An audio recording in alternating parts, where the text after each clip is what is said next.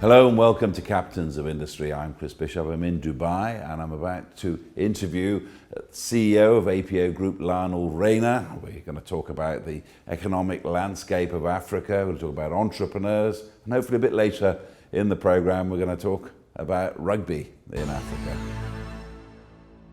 So just tell me, Lionel, to start off with just a little about who you are. You know, what makes you, what's your background?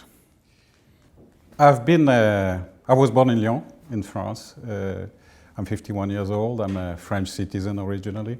And I've been privileged enough to travel the world the last 26 years. My career brought me to almost every corner of the world. I lived and worked in Europe, in the US, in Latin America, Middle East and Africa. I had a career so far in technology and media. I worked more than 25 years in technology, and 10 years of which as a CEO of Middle East and Africa for the B2B division of Orange. I was based in Dubai, so it's a little bit of a homecoming for me, and I'm very glad to be back. So technology has been my world for a long time. I provided all my career services for enterprise, and recently I decided to move to media, and I'm currently the CEO of APO Group. We are the leading media relation company across Africa and the Middle East. We are serving 300 multinational companies. So again, I continue my work working with companies.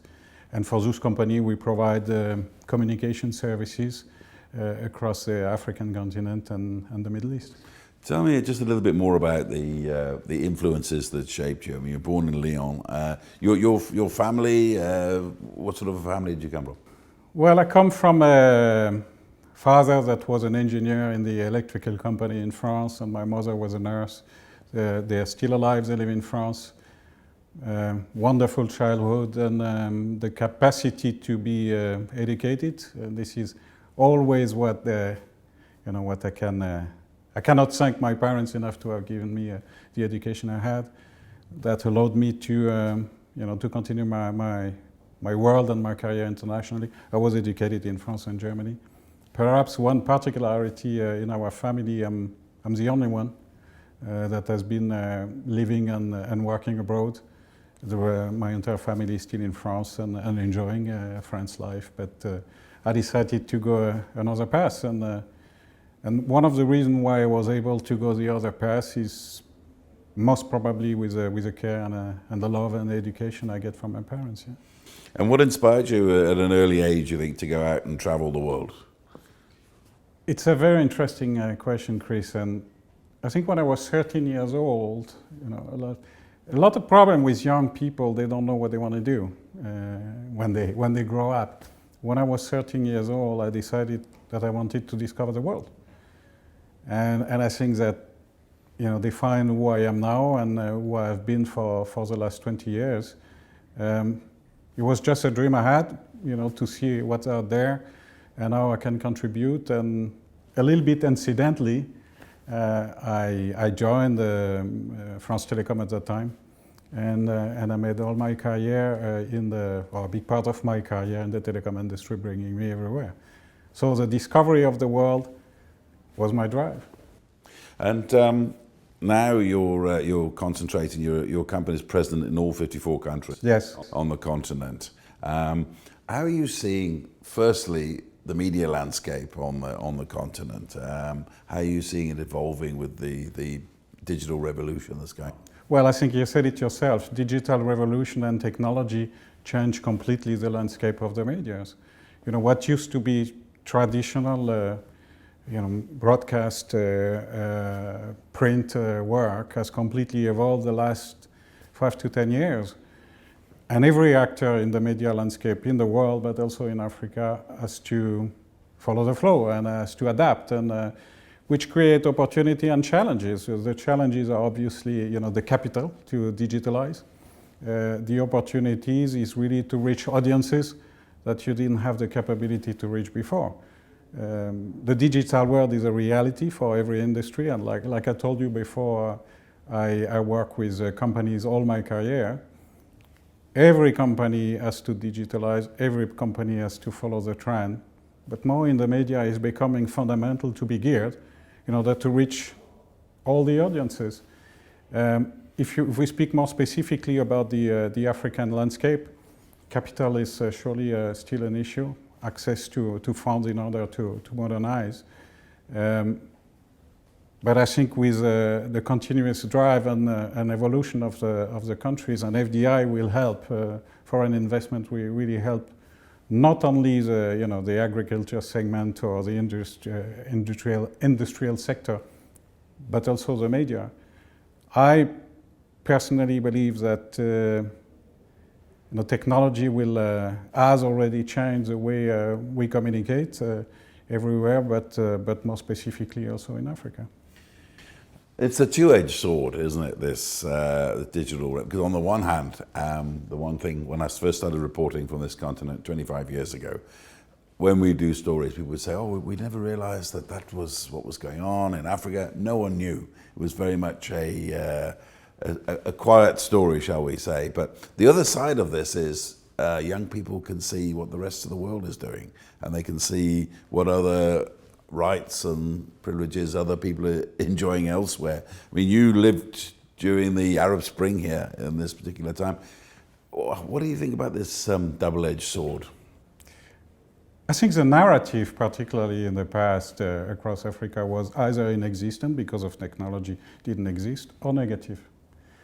And I think what's happening with the development of new technologies, like I said before, larger audiences, but also the capabilities to give good news. That's something that also we strive to do with APO Group. We have a platform. When we send a press release through our platform across Africa, it reaches more than 400,000 journalists and 250 websites. Therefore, if we have a voice, we have a strong voice across the continent. Now, what we have been trying to do since the company exists is really to bring positive narrative about the continent, to bring positive news as opposed to, crime, as opposed to poverty, as opposed to all the problems. Now, if you combine that with the fact that indeed the young generation has access to information, you mentioned my experience in the Arab Spring. I was indeed in Dubai when the Arab Spring happened. And I saw the young generation using technology, and not to name it Facebook, in order to speak to each other and to organize really what would become the Arab Spring. So I always say when I'm asked, the Arab Spring is a Facebook revolution, and I believe this is what it was. And this is what technology opens, I believe, for young generation. They can have a voice, they can communicate, and because they see, what's out there through internet and other means, they can have the drive to be willing to get to that level. And also, as talking about the double-edged sword, a lot of governments, particularly during election time in Africa, are catching on to this, and there have been instances that we've reported that where the internet's been suppressed or even cut off in some cases to stop people from communicating in the very way. I mean, does that concern you as a communicator? I believe, technology is and will supersede, what's happening also domestically. Look what's happening with a large company like Facebook and Google. They just communicate. People communicate. So, whatever is happening on the domestic side from a political side, technology will drive communication among people. Technology will drive innovation. Technology will allow people to progress, really. And aside from the media landscape, what about the economic hopes of the continent? From your communications with 400,000 journalists across the continent, what's the feeling you're getting back about the prospects for the future? Well, I try to stay educated in the African economics. What I know is that, out of the last 5 years, there is a tremendous growth from some countries across the continent. Today, 6 out of the top 10 growing countries in the world are in Africa. I was in Ethiopia last week attending a large hospitality conference. The country is growing 8.5% a year. And yes, there are gaps in infrastructure, and yes, there are tremendous challenges to overcome, but the country is growing. If you have growth, and if you have foreign investment, and if you have a drive to make it happen, one can be only optimistic about the continent. One other reason why I personally am very optimistic is because the population is very young. It's very young, it has access to information, it has access more and more to technology, and therefore, with appropriate education, they will do the necessary step to build infrastructure, to develop startups, to bring the ideas to fruit. So personally, I'm very optimistic about the future of the continent. If you combine that with the fact that there is now a big effort across the continent to open the economic area, interior economic area. The free trade agreement was ratified by a large majority of countries. And if the African continent can continue to trade internally, the ratio or the percentage today of inter-trade in Africa is 17%, as opposed to 65% in the European Union. So if countries across Africa can communicate, can trade more amongst each other, overcoming custom barriers, overcoming financial barriers, overcoming currency barriers, then the future is very bright. The continent will double its population over the next 30 years, making emerging a very, very young and hopefully more and more qualified population. And the stakes are very high. I mean, this young population you're talking about, it's the continent's biggest economic asset. But on the other hand, if that population is not given its head and put to work, then also there could be unrest happening, as you saw in the Arab Spring. Well, this is where I think the combination of government and the private sector, trying to work together and overcome the different challenges, whether it's education, whether it's healthcare, whether it's infrastructure, comes to fruit. One without the other will not work. Once like to say in the past that government is like in France. The government needs to do everything. No. I think there must be a common effort between governments contributing and also the private sector contributing. But in order to contribute, you need to have positive narrative. You need to have investor coming in. You need to have to facilitate the way investors can operate in one given country. But if that is happening more and more, in whatever form it is, private, public agreements, then the continent will continue to progress and infrastructure will continue to develop. It is estimated that currently there is a need of approximately $90 billion every year in order to close the infrastructure gap in Africa. The amount might be big, but at the bigger scale of things, it's not very large.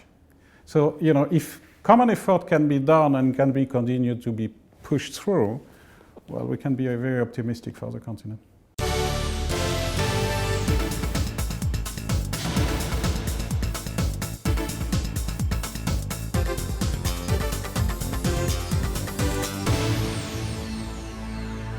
Hello, I'm Chris Bishop and you're with Captains of Industry. I've been speaking to Lionel Reina, the CEO of the APO Group here in Dubai. We've been talking about the economic landscape, the media landscape in Africa, and hopefully we're going to take it in a slightly different direction in this half. We talked a lot in the first half about the economic landscape, and yourself, like a lot of people involved in business on this continent, you believe entrepreneurs is where the future lies. What gives you hope in that direction? As a lot of entrepreneurs in this continent, a lot of struggling entrepreneurs in this continent, what gives you particular hope that this is the way forward? As I mentioned to you before, I walked around the world, and I saw that different regions of the world had their time of development. If you look at Asia, the last 20 years, that was where the magic growth happened there, particularly in Singapore. If you look what happened in the Middle East the last 15 years, the oil price being at $80 or above, the Gulf countries could invest massively, and they did. And what's happening now is, well, Asia is down, Middle East is down, this is a tour of Africa. So we are, as I explained to you, serving 300 multinational companies, 50% of them being American headquartered one, 25% of them being from Europe investing in Africa, and the rest being 30% African headquartered and Middle Eastern headquartered company. Everyone are telling them we have a development plan for Africa. So I know for a fact that those companies are investing heavily. And because they have an investment plan, then they communicate more, and this is where we come to play. We help them to communicate and develop. There was recent announcement from an American company like Pepsi announced that they will invest $1.2 billion on the continent over acquiring a company and developing the business over the next 5 years. There is a drive from international corporations to invest in Africa. But that's not enough. You know, the investment of corporation is great.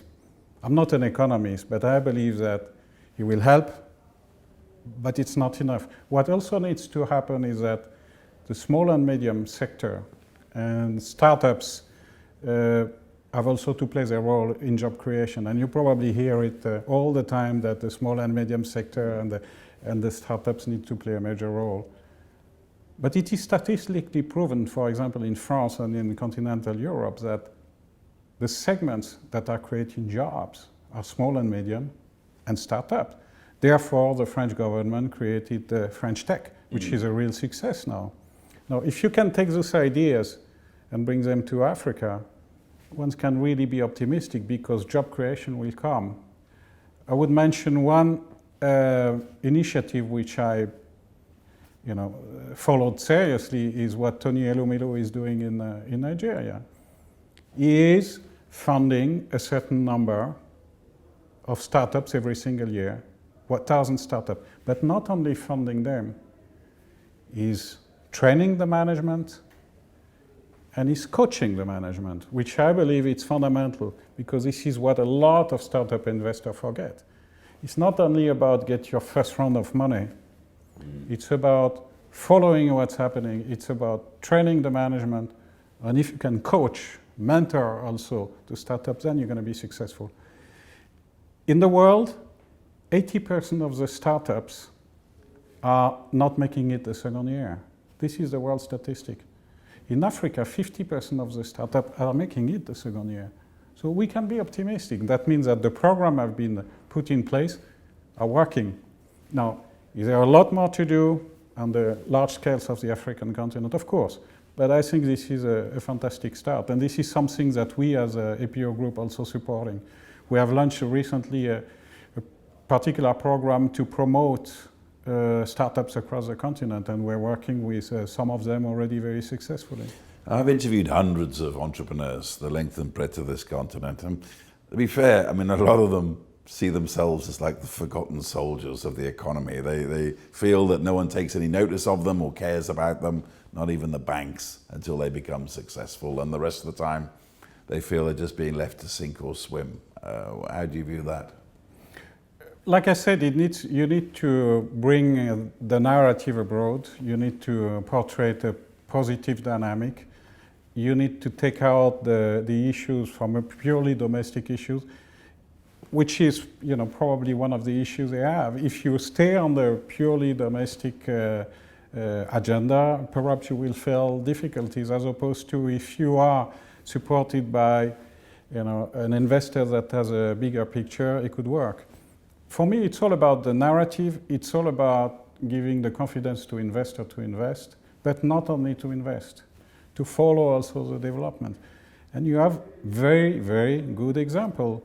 I could mention an investment fund that we are working with out of Germany that have invested in the last 2 years in 50 or 60 startups across Africa. But like I said, they don't leave them alone. They don't just put the money and then go away. They follow the growth. And this is for me what will make the difference moving forward. Well, what about the political will? I mean, I've heard politicians up and down the continent as well make speeches saying entrepreneurs are the future, the youth is the future, that's the job creators for us. But sometimes when it comes down to it, a lot of governments across Africa, they tie people up in red tape. They're not very cooperative sometimes when it comes to visas and when it comes to easing capital into the country. What do you think could be changed there? Like I said, it needs to be both ways. You know, the governments needs to continue to progress, like every government in the world. They need to continue to invest in the digitalization of their economy. They need to be able to, have digital ideas as opposed to a paper one. They need to perhaps also invest in universal health care. There are 3 examples across the continent: Senegal, Ghana, and Rwanda, that are about to implement universal health care across the continent. So that needs to continue to progress, and it will take time, like every emerging country around the world. You know, it takes time to change things and make things progress. And at the same time, you know, we want as APO Group to continue to be one of the positive corporate narrative across the continent, showing what is done by corporations. You know, when we send a press release, a lot of people are saying it. A lot of people are seeing that PepsiCo is investing, that Orange is investing, that Facebook is investing. And that would give ideas to other people. So I personally believe that the corporate sector, the private sector, have the major role to play as a driver of investment. And the combination of the government, you know, working with the private sector can only be a success if it's structured, if it's planned, and like you say, if it's implemented. And also, another aspect of your business is that you're supporters of Rugby Africa. We are indeed. And there's a World Cup going on as we speak. And it's amazing the growth of African rugby unions in the last few years.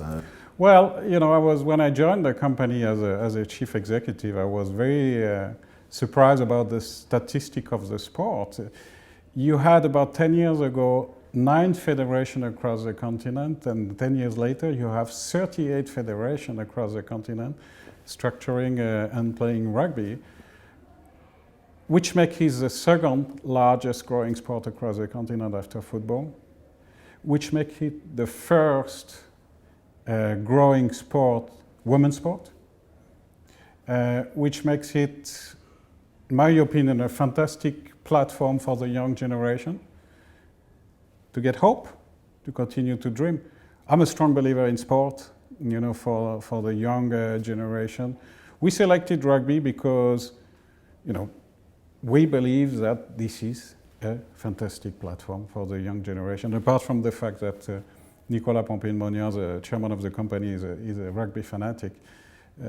We've seen also, since we sponsor the sport and obviously promote the sport, you know, the difference that some of the international federations are looking at the sport in Africa. Because as APO, we have the means to promote the news not only on the continent, but also abroad. I may also mention at that stage the partnership we have with Getty Images. We signed a partnership this year, and you know Getty Image, you know, the world leader in image management.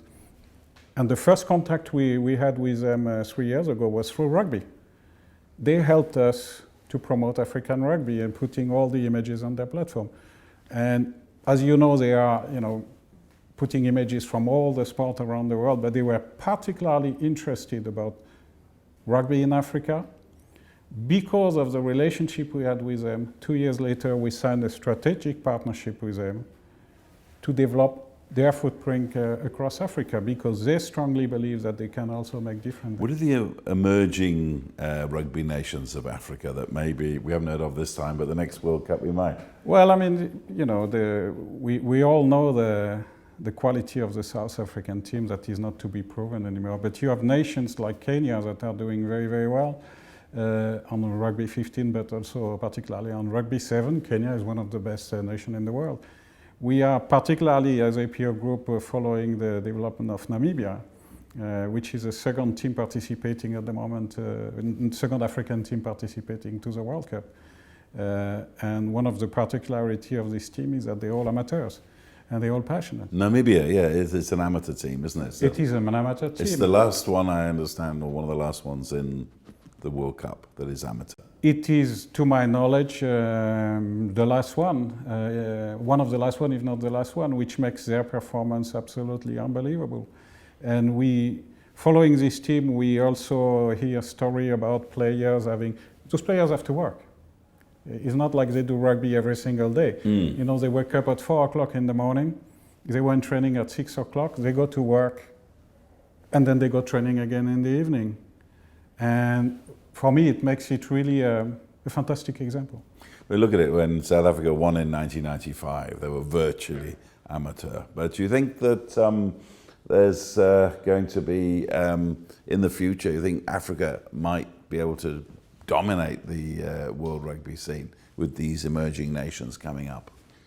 The more, you know, the federation is structured, the more funding they have to be able to make the player travel, the more infrastructure they have, the more visibility they have, you know, the more the rugby will develop. And we've seen the growth of the rugby, particularly the rugby 7, in a very, very fast speed.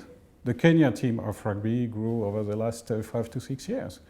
So yes, I believe Rugby Africa will show in the next 5 to 10 years what it's capable to do, and will be surely probably producing 1 or 2 other national teams that will compete with the best teams in the world. I'm afraid that's all we've got time for on this edition of Captains of Industry. From me, Chris Bishop, in Dubai, it's goodbye.